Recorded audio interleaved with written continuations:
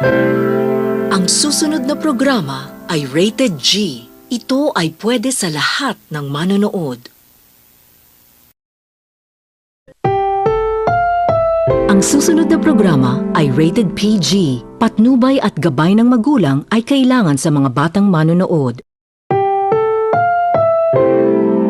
Ang programang ito ay rated SPG. Striktong patnubay at gabay ng magulang ang kailangan. Maaaring may masiselang tema, lengguwahe, karahasan, sexual, horror o droga na hindi angkop sa mga bata.